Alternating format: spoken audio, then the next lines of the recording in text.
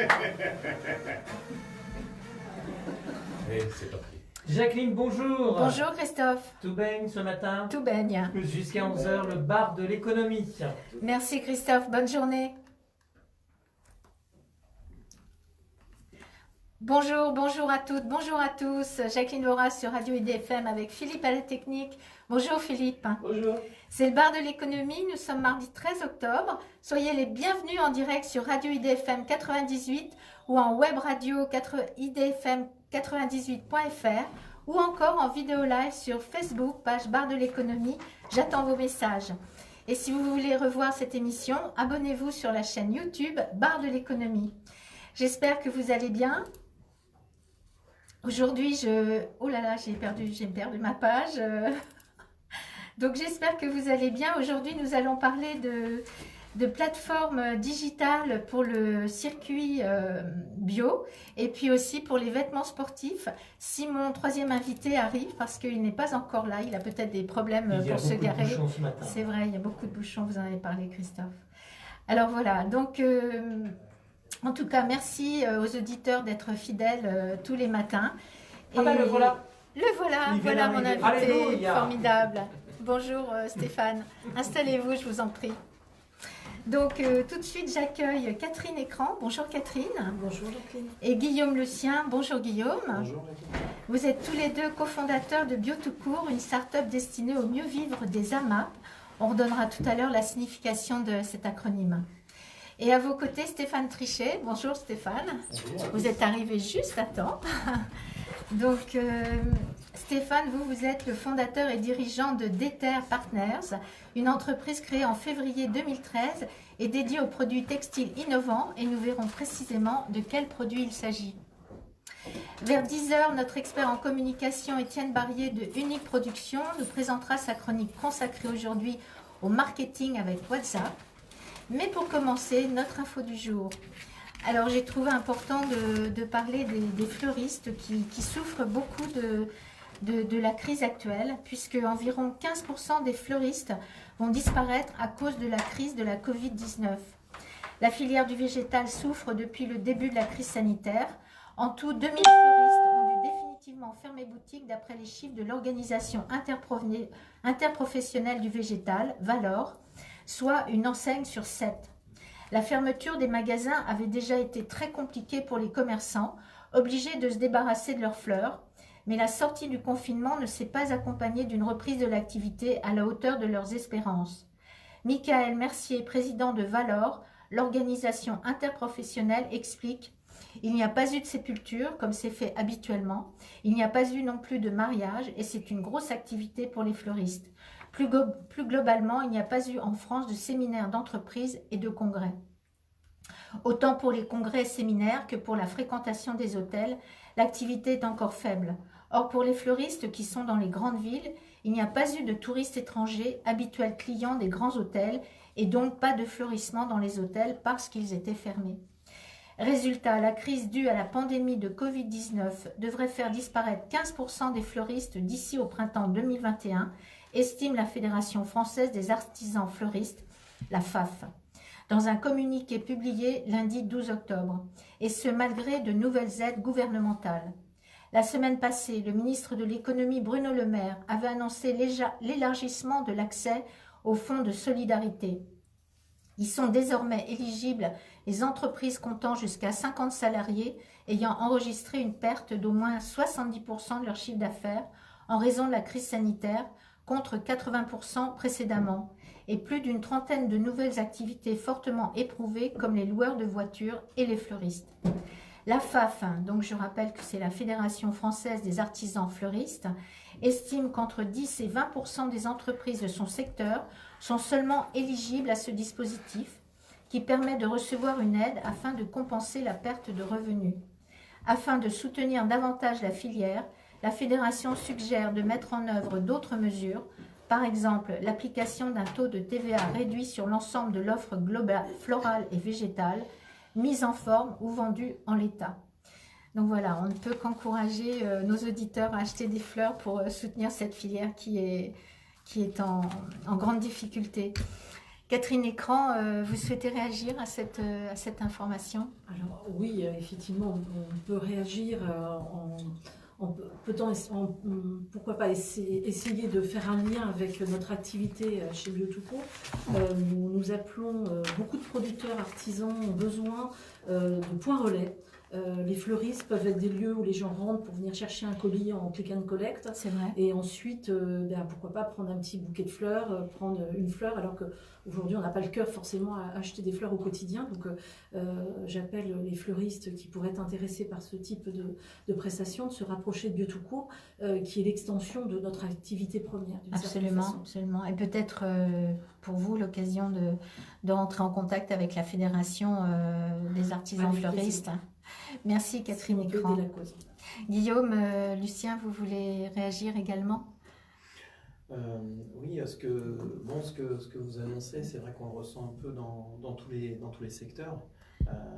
Il y a beaucoup de métiers, d'artisanat, des métiers vraiment locaux qui souffrent, qui sont sacrifiés, entre guillemets, c'est vrai. Par ce qu'on vit aujourd'hui. Le monde est un peu chamboulé.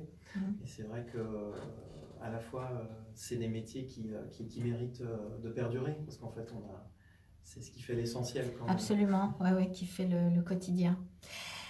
Donc, vous restez avec nous et on se retrouve après une pause.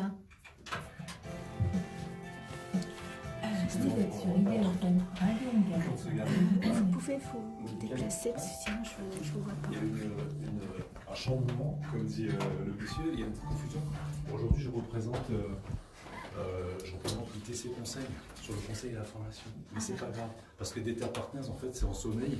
On ne fait plus rien pour le monde, donc on a tout changé. Parce qu'on a vraiment pris une grosse claque. Et donc, du coup, je ne peux pas faire de promotion sur Déter Partners aujourd'hui.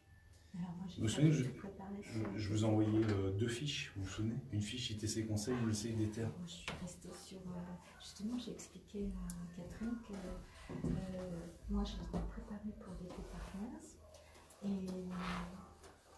Parce que j'ai aucune actualité pour Déter Partners, moi, aujourd'hui. D'accord. Aucune actualité. Le site il est en jachère. Tu me laisses quelques minutes? Ah oui, non, pas tout. Je suis navré, hein. Mais... C'est quoi notre activité de conseil? On fait de l'audit conseil et de la formation sur mesure pour les entreprises. D'accord. On travaille avec les entreprises, en fait. On va chercher leur Quel que soit le sujet. quel que soit le sujet. Alors, Pour les montées en compétences. exactement. L'entreprise. Alors, on est spécialisé sur l'optimisation de la performance managériale et commerciale. D'accord. Et puis, je suis donc le directeur de la practice management au sein de ITC. D'accord. Et alors, Déter Partners, c'est une société que j'ai à côté, individuellement, qui fait de la chaussette technique. Oui, c'est ce qui me... Ouais. C'est ce que nous Le problème, c'est quand on est en sommeil, on est en train de changer de comptable. D'ailleurs, c'est le comptable qui m'a donné le contact de Radio Longueur, avec Eric Sieka, qui est un voisin de. Voilà. Donc là, c'est en jachère complet. Bon, en parler aujourd'hui, ça n'aura aucun impact, aucun intérêt pour quiconque. C'est solide, ça, la question simple.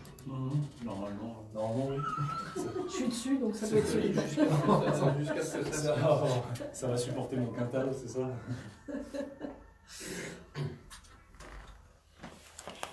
Non, je sais pas. J'ai plus batterie au début. C'est dur ça. J'ai pas votre fiche. Après, c'était... Oui, c'était le temps de Mais démarrer. c'était le truc d'enclencher le premier mot. Est-ce que vous deviez venir? J'ai pas, je suis dans les nuages. Vous deviez venir en avril?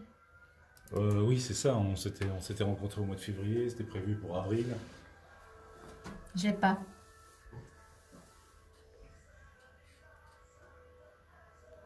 Donc c'est ITC Conseil. ITC Conseil. Et vous faites quoi? On est organisme de conseil et de formation sur mesure. D'accord. Oui. Hier, il y avait une chronique de 24 minutes qu'on n'a pas diffusée dans le dossier de... Pardon Dans le Philippe? dossier, il y a une chronique de 24 minutes qu'on n'a pas diffusée hier. Non, mais c'est pas ça. Je vais pendant que comment Étienne. Étienne fera sa chronique, je vais rechercher la feuille. Je dois la voir, mais là je la trouve pas. Attention, on va reprendre.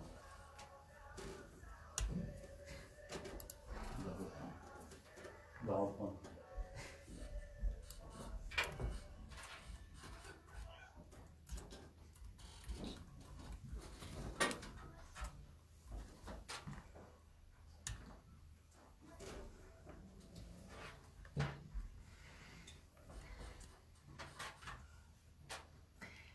Radio EDFM, le 98, le bar de l'économie, nous venons d'écouter l'excellent groupe Queen.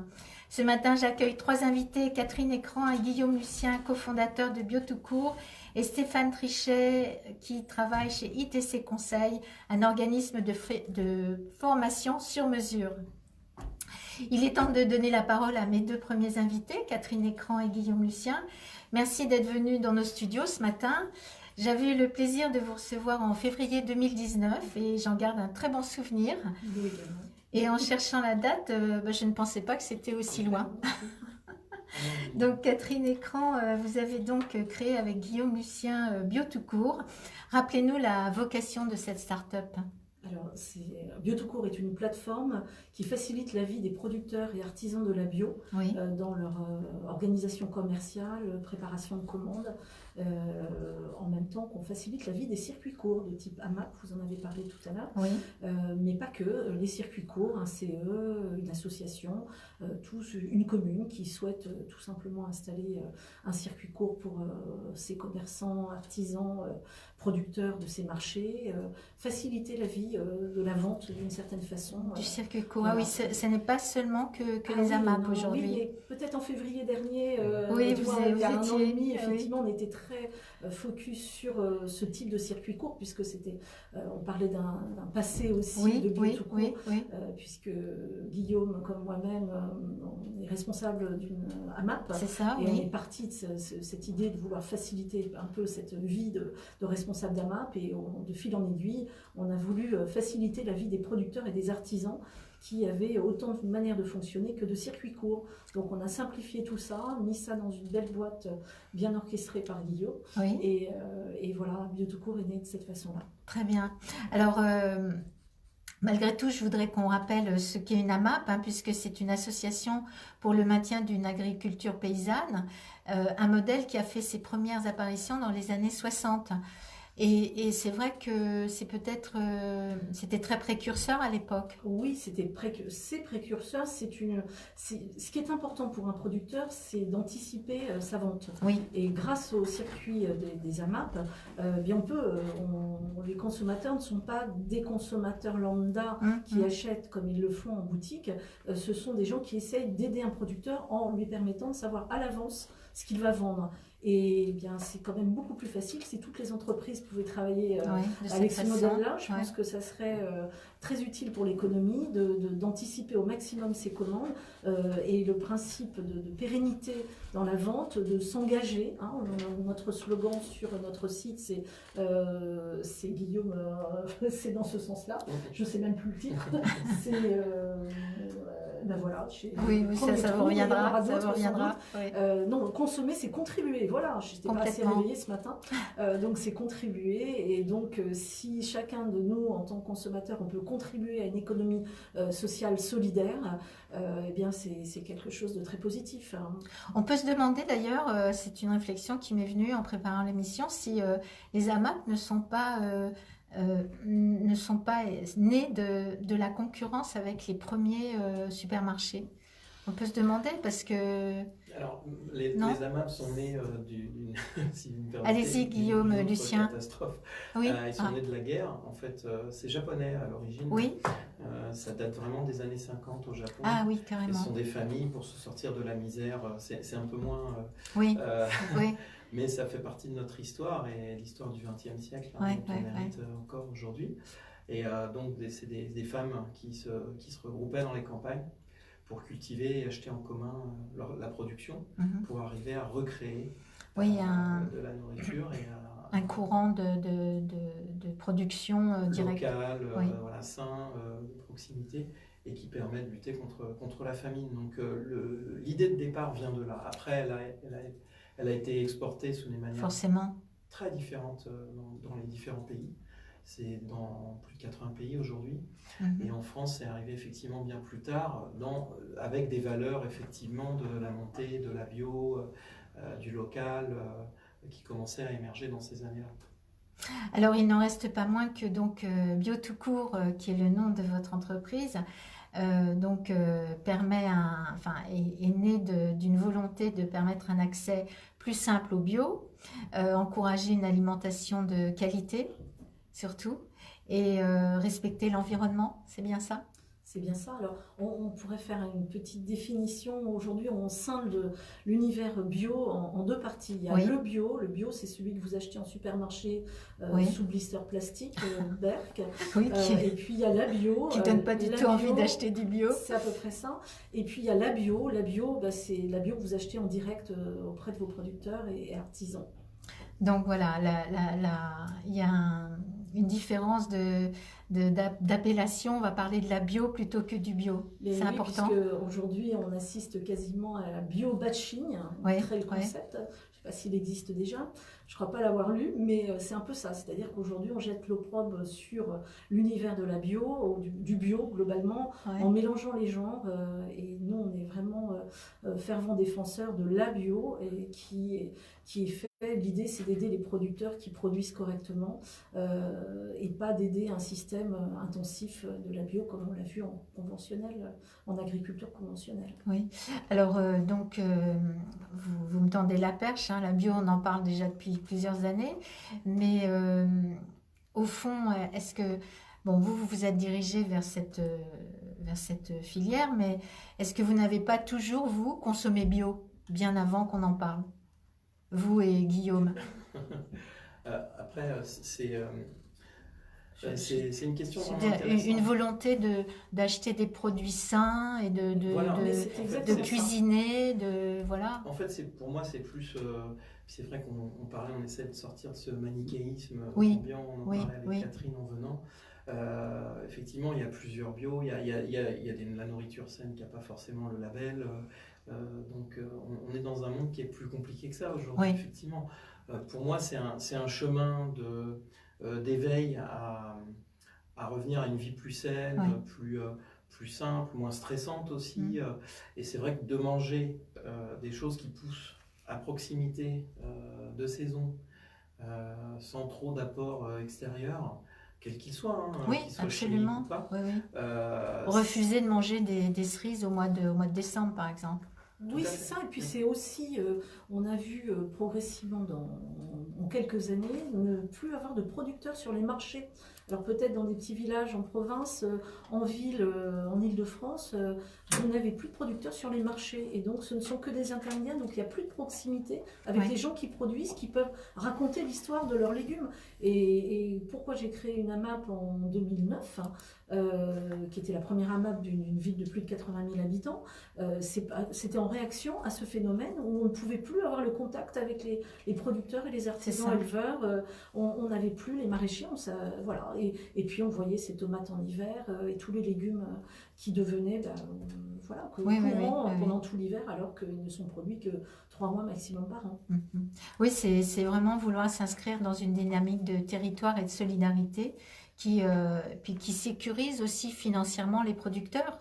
Il faut parler de cet aspect-là. Alors notre plateforme, comme on vous le disait, est aujourd'hui beaucoup plus large. Hein. Oui. On est la seule plateforme qui a été, d'ailleurs, vis-à-vis de février, notre dernière venue en février 2019, on a été labellisé ESUS, de l'économie sociale et solidaire. Oui, C'est vraiment un engagement fort de notre part à vouloir faire partie de cette communauté-là. Donc on est au-delà, on est la seule plateforme qui permette de la vente au cas par cas, comme on peut le voir dans beaucoup de circuits de type e-boutique, marketplace, etc. Mais on est aussi capable de gérer des abonnements.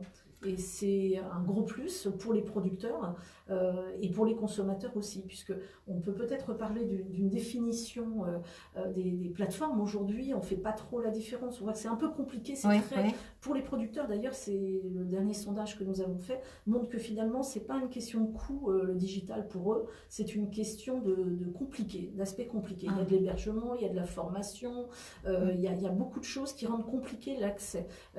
Aujourd'hui, il y a des e-boutiques très simplement. Peut-être que je vais laisser la parole à mon... Vous lui donnerez la parole après. C'est son métier. Mais moi, je crois que c'est important je trouve que c'est important de replacer, puisqu'il y a plusieurs types de plateformes, et il s'agit de ne pas mélanger, et on va expliquer comment Bio2Court se positionne par rapport à et vous nous direz, digital. Vous avez dit un mot, vous avez parlé d'abonnement, donc ça m'intéresse, j'aimerais qu'on en parle, qu'on développe. Donc effectivement, aujourd'hui, il y a beaucoup de plateformes qui vendent sur Internet. En fait, la plupart du temps, ce sont des vendeurs. Donc leur métier, c'est de faire du commerce en ligne, et puis ils vont se fournir chez des producteurs, plus ou moins locaux, plus ou moins bio. Il y a beaucoup de sites, malheureusement. Ce qu'il faut savoir, c'est que le label, il est décerné à un produit. Il n'est pas décerné à un producteur. C'est produit par produit. Donc en réalité, vous pouvez avoir une boutique sur laquelle il est affiché bio, mais ça va concerner que certains mais produits. c'est d'ailleurs le reproche, excusez-moi de vous couper la parole, mais c'est le reproche qu'on fait à certains producteurs qui sont censés cultiver du bio, mais en réalité, ils ont une immense production, ils ont un tout petit carré Non, pas vraiment pour les producteurs. Non. Moi, je parlerais plutôt des plateformes d'e-commerce qui disent on est bio, on est local. J'en voyais encore, je ne citerai pas le nom, je ne veux pas être désagréable, mais globalement, c'est plutôt les plateformes, les producteurs qui s'engagent en bio, ils font du tout bio. Il me semblait qu'on reprochait à certains agriculteurs c'est fini, donc. Ça n'existe pas. Non. Il y a toujours, dans tous les métiers, vous avez des gens qui exagèrent. Mais c'est vraiment anecdotique par rapport à l'ensemble des producteurs. Quand il y a un engagement vers la bio, alors c'est vrai qu'aujourd'hui, certains se sont engagés par la bio en conversion, etc., parce qu'ils voient que les producteurs en bio fonctionnent, leur exploitation marche bien, il y a une vraie demande, et donc ils se sont convertis peut-être pour de mauvaises raisons, mais c'est pas grave. L'important, s'ils veulent avoir leur certification, ils sont obligés de faire attention. Donc s'ils ne sont pas complètement convaincus, ils n'y arriveront pas, ils se feront retirer taper sur les doigts, bien sûr. Certification. Donc, non, et tant mieux. Le phénomène n'est pas là. C'est assez bien contrôlé à ce niveau-là, quand même, de ce qu'on peut en savoir. Mais donc, par rapport aux plateformes, donc, il y a énormément de plateformes qui finalement sont des revendeurs. Oui, bien sûr. Comme dans n'importe quelle activité, il y a toujours des gens qui viennent se raccrocher. Et puis c'est jusqu'à 30-40% de marge sur le produit. Donc soit c'est le consommateur qui paye, soit c'est le producteur qui baisse ses marges. Et c'est ce qu'on reproche un peu à la grande distribution. C'est que aujourd'hui, il est important qu'un producteur ait un revenu décent et qu'il puisse vivre de son activité. Et c'est ce que n'arrive pas à faire le conventionnel. Et donc, ce qu'on fait avec Bio2Court, donc, on est plus comme une marketplace, si vous voulez, comme eBay, même si aujourd'hui c'est un peu galvaudé ou vieillot, mais en fait, on est juste un support technique et commercial. Donc, en fait, c'est le producteur lui-même qui vend, qui fait ses prix et qui encaisse la totalité de ses ventes, en fait. Oui, vous êtes juste un intermédiaire entre la personne qui va sur la plateforme et le producteur. Oui, sachant qu'on est un intermédiaire facilitateur, mais nous n'encaissons pas les sommes. Oui, en ça, nous sommes un peu plus vertueux que certains. C'est vrai que nous avions parlé de cette vertu, je me souviens, et de transparence. Donc, que faut-il faire pour s'abonner à Bio2Court? Expliquez-nous. Donc, allez sur le site, tout simplement, donc bio2court.com. Et là, vous avez un moteur de recherche où vous pouvez trouver, en fonction du type de produit que vous recherchez, ça peut être des légumes, des fruits, de la viande, des œufs, des produits laitiers, etc. Vous tapez votre département et ça va vous afficher les producteurs qui peuvent distribuer près de chez vous. Fournir. Très bien. Donc on ne fait pas de la livraison à domicile. Oui. Là aussi, on pense que c'est pas forcément nécessaire. On est plus pour un système de points de distribution. Oui. Où en fait, on va aller à la gare ou près de chez soi, à la mairie, récupérer sa commande, ce qui facilite le travail pour le producteur également. Et donc on commande en ligne, donc soit de manière ponctuelle, soit par abonnement. Et on vient toutes les semaines, on peut récupérer ces paniers près de chez soi. Est-ce qu'on peut parler du prix de l'abonnement si l'on s'abonne, si on décide de s'abonner? C'est complètement gratuit pour Bio-tout-court. Chez Bio-tout-court, tout est gratuit. D'accord. Pour les producteurs, les artisans, pour les circuits courts. C'est eux qu'on a besoin d'aider d'une certaine façon. Donc c'est entièrement gratuit, il n'y a pas de formation, il n'y a pas d'hébergement.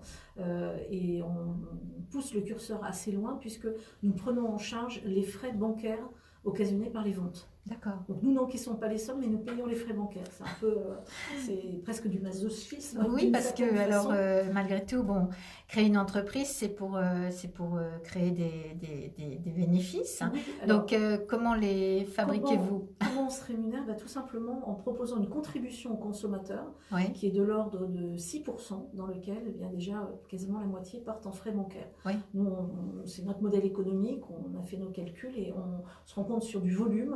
On sera à l'équilibre financier dans pas si longtemps que ça, mais c'est sur le volume qu'on pourra fonctionner. Voilà, que notre modèle est viable d'une certaine façon. Donc le prix de l'abonnement pour le consommateur, pour répondre aussi à cette partie de votre question, en fait il est fixé par le producteur. Le producteur va dire, voilà, un panier de légumes familial, toutes les semaines ça va être 15 € de panier. Et on s'abonne sur 1 mois, 2 mois, 3 mois. Enfin, le producteur fixe ses règles et ses prix. D'accord. Et donc 6% sont reversés à Bio-tout-court. On ajoute 6% vraiment parce qu'on le montre aux consommateurs. On veut vraiment être dans cette transparence. Dans la transparence totale. Transparence, le ticket de caisse, sur le ticket de caisse figure le prix plus les 6%. Donc le consommateur sait ce qu'il dépense. Et alors, quels sont les retours de vos consommateurs par rapport à cette organisation? Alors, les consommateurs, je pense que Guillaume, l'homme des chiffres, chez Bio-tout-court, va nous donner quelques éléments chiffrés. Le consommateur, on a beaucoup d'inscriptions depuis le début, ça, il n'y a pas de souci. Côté consommateur, donc oui, on parlait des inscriptions, peut-être qu'on peut revenir juste un petit peu en arrière, bien sûr. puisqu'il y a le consommateur qui, lui, s'inscrit naturellement, spontanément, mais il y a aussi des producteurs qui s'inscrivent, mais un producteur ne peut pas s'inscrire tout seul sur Bio-tout-court, il faut qu'on ait l'échange, puisque nous, c'est pas parce qu'on fait du digital qu'on n'agit pas sur l'humain.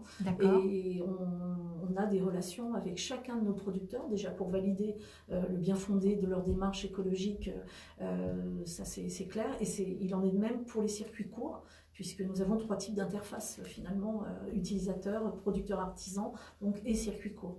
Donc, pour chaque circuit court qui peut se créer, on va prendre l'exemple et on peut peut-être faire un appel en direct auprès des maires qui nous écoutent, des adjoints maires qui sont en charge du lien social sur leur commune. On peut les aider à créer des circuits courts dans chacune des communes pour faciliter la vie pour leurs commerçants. Si demain les marchés referment, les commerçants doivent pouvoir trouver des outils gratuits qui les aident à engendrer des commandes et qui créent une communauté tout simplement autour de tous ces organismes d'une certaine façon. Merci Catherine Écran et Guillaume Lucien, vous en parlez très bien.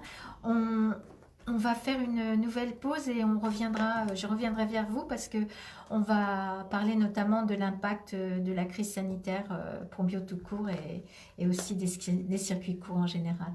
On se retrouve tout de suite. Je suis désolée. Alors, je vous ai... Je vous ai renvoyé sur free.fr la présentation ITC. Tu parles tout le temps. Mais oui, mais alors je dis plus. Mais tu es vachement bien.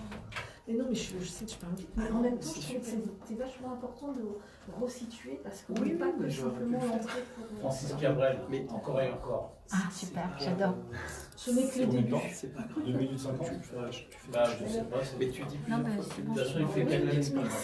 Je vais prendre à l'autre toilette vite fait. Ah ouais, c'est mieux. Mais c'est vachement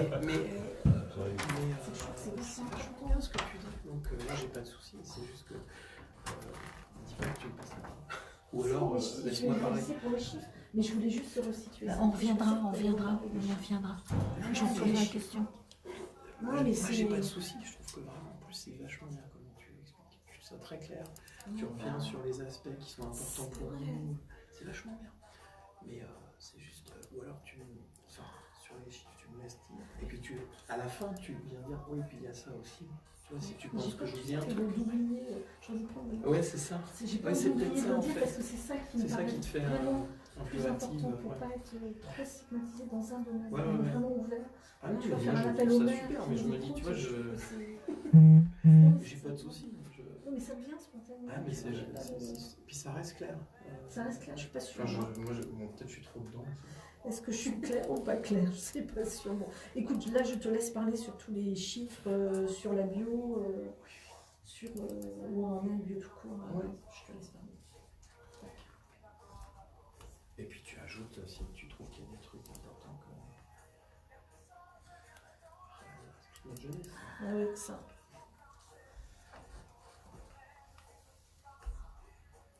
Je trouve pas ça. Mais c'est vachement bien, ça plus en nous. Moi, je suis une C'est vendeuse. vrai, Je te le dis tout le temps, je suis une des vendeuse. médias, tu vois, le fait d'arriver à synthétiser et tout. Je vois comment on a évolué à un moment donné. C'est impressionnant quand même. Moi, c'est une... Moi, je vais rajouter, c'est un esprit de synthèse. Hein. Ça, Ouais, mais tu vois, d'aller chercher. ouais, c'est pas évident quand même. Mais ceci étant, je suis pas sûre d'être aussi très très claire. Mais tu vois, j'ai plus de mal à répondre directement aux questions que de leur faire passer les messages. Ouais. Tu vois, c'est ça qui Oui, mais j'arrive pas t'arrives à à voir. reboucler sur ce que tu veux dire. La question est ça.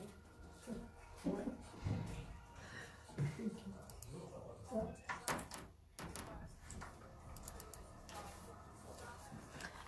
Il n'arrive pas.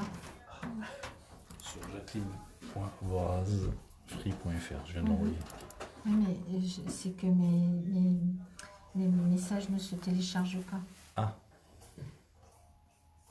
Vous voyez, ils sont pas là. Bon. Vous faites quoi chez ITC? Vous êtes quoi? Je suis directeur de la practice management. Directeur de la practice management. Ah ouais. Directeur du pôle management. Non, il vient de sortir. Alors. Attendez, Moi, j'aimais bien ces dernières années. C'est bon pour toi? T'as encore 1 minute. 1 minute, hein. Ça dure 1 minute encore. Directeur du management. Ah oui, oui. Mais il y avait de beaux dégâts aussi qui étaient. Management quoi? De façon générale. En fait, ITC fait de l'optimisation de la performance. Et depuis quand? Ça fait 1 an même.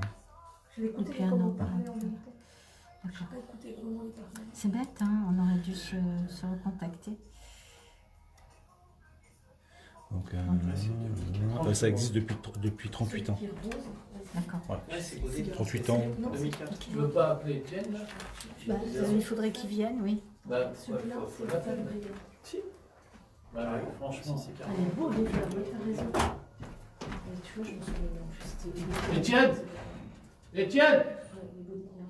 Viens. Attention, on reprend. J'ai mis le micro. Je dis que j'aime pas ça et puis... Radio EDFM, le bar de l'économie, nous venons d'écouter Francis Cabrel, encore et encore. Ce matin, je suis en compagnie de Catherine Écran et Guillaume Lucien, cofondateurs de Bio-tout-court, et Stéphane Trichet, qui vient nous représenter la société ITC Conseil. Et je me tourne à présent vers vous, Stéphane Trichet. Donc, merci également d'être avec nous ce matin. Donc, vous êtes directeur du management chez ITC Conseil. Rappelez-nous votre parcours, Stéphane, s'il vous plaît. Oui, avec plaisir. Bonjour à tous. Alors, en tout, je voulais avoir une petite réaction suite à ce que j'ai entendu. Je suis très sensible au circuit court, à l'agroécologie, la permaculture, tout ce qui est respectueux de la terre et de ce qu'on mange. Donc, bravo, belle initiative à vous, c'est top. Sur la plateforme. Merci, Stéphane. Et ça résonne en moi parce que nous aussi, chez ITC, on est ITC Conseil, donc c'est 38 ans d'existence. Oui. On est spécialiste de l'optimisation de la performance commerciale et managériale. Oui. C'est-à-dire qu'on intervient chez les entreprises pour faire des audits du conseil et de la formation sur mesure. Donc l'idée, c'est de travailler en collaboration avec les demandeurs à partir de leur cahier des charges, de définir les indicateurs sur lesquels ils souhaitent évoluer. Oui. Et donc ensuite mettre en place une formation sur mesure. Voilà l'ADN aujourd'hui d'ITC Conseil, et moi je suis directeur de la practice management, donc du pôle management, hein, pour Oui. faire plus français. Vous y êtes depuis un an, c'est ça? J'y suis depuis un an, tout à fait, et je suis venu avec une brique management parce que mon parcours, moi, professionnel, est issu du conseil et Oui. de la formation sur toutes les techniques et méthodes de management. Alors, qu'est-ce qui a poussé cette entreprise ITC à son fondateur, qu'est-ce qui l'a poussé à créer, si vous connaissez l'historique de l'entreprise? Oui, oui, tout à fait. Alors, l'historique, ce sont deux associés qui ont créé ITC il y a 38 ans de cela. Oui. Et les enfants, donc les deux garçons de ces deux associés, ont racheté au prix coûtant. D'accord. Oui, oui, ça, on ne leur a pas donné. Oui. Ils ont racheté la société qui faisait uniquement de la formation. Et ils ont créé le pôle conseil audit en supplément pour apporter une autre valeur, donc une valeur ajoutée à l'aspect formation. Et plutôt que d'avoir des formations sur étagère ou un catalogue de formations où on vient piocher, un peu comme une grande distribution, Oui. voilà, Oui. non, on fait du sur-mesure. Du circuit court Du aussi. circuit court, exactement. Et c'est pour ça que la première présentation a résonné, on fait du circuit court. C'est vraiment ce qui fait, en quoi on se différencie nous aujourd'hui sur ce marché-là, c'est qu'on va serrer des mains, on discute, on s'installe et on essaie de comprendre les vraies problématiques dans l'entreprise, ce sur quoi ils veulent progresser. Alors il faut retenir qu'on est des spécialistes de l'optimisation de la performance commerciale et managériale. Alors expliquez-nous cette optimisation. Oui, alors historiquement, on faisait chez ITC, on s'orientait sur la vente, les forces commerciales, les forces de vente. Oui. Et on s'est aperçu que ça ne suffisait pas parce que dans une entreprise, vous avez différentes strates, Oui. des couches à laquelle il faut s'adresser. C'est-à-dire que vous avez beau former une équipe commerciale, si votre management n'est pas sponsor, ne porte pas la démarche ou les nouvelles démarches, nouvelles méthodes d'optimisation, Oui. C'est un coup d'épée dans l'eau. Et c'est en cela qu'on a enrichi la démarche avec de l'audit, bien comprendre la problématique. Oui. C'est-à-dire que vous êtes capable de dire au manager stop, votre management ne convient pas. C'est compliqué. On peut le formuler comme ça, c'est un petit peu plus subtil parce que dans notre démarche de coaching, c'est vraiment du coaching personnalisé au niveau de l'entreprise. La démarche de coaching, c'est d'arriver à accompagner et à faire réfléchir et formuler ces mêmes forces en présence sur leurs propres problématiques et les transformer en acteurs de leur changement. Oui, c'est ça. Donc on fait la conduite du changement au niveau stratégique, au niveau managérial et au niveau commercial. Et c'est ça qui est important, c'est que les acteurs aujourd'hui des entreprises doivent devenir, encore plus aujourd'hui, auteurs de leur propre changement. Donc il faut qu'ils arrivent à identifier, à prendre du recul par rapport à leur problématique pour pouvoir eux-mêmes trouver des solutions. Alors nous, on les oriente parce qu'on est professionnels. Oui, vous avez il y a des mécanismes qui existent. Exactement, des mécanismes de réflexion, des mécanismes de prise de recul, des mécanismes de lâcher prise qui nous permettent aujourd'hui d'aider les entreprises, les dirigeants et les chefs d'entreprise à optimiser leur performance de façon générale. C'est-à-dire que vous essayez de transformer les critiques en atouts, quelque part? Tout à fait, c'est une bonne question parce que nous, dans notre démarche, on considère que la critique n'existe pas. Derrière chaque critique, il y a un besoin. Et ce besoin a besoin d'être exprimé. Et on aide à l'expression de ce besoin. Très bien. Alors, quels sont vos clients aujourd'hui? Alors, ils sont nombreux et divers. Oui. Historiquement, ITC Conseil est très représenté dans le monde automobile. D'accord. Donc, dans des ETI, historiquement. Et depuis quelque temps, on s'est concentré un petit peu plus sur les PME, on fait même un petit peu de TPE. Voilà. Tout secteur confondu. Donc, moi qui viens du monde de l'industrie, de l'aéronautique, par exemple, j'ai apporté cette couche industrie aéronautique et informatique, parce que j'ai une formation qui fait que mon parcours s'adresse par exemple à des directions de systèmes d'information dans les entreprises et je suis en mesure d'apporter des solutions de management de projet avec des méthodologies certifiantes et diplômantes bien définies.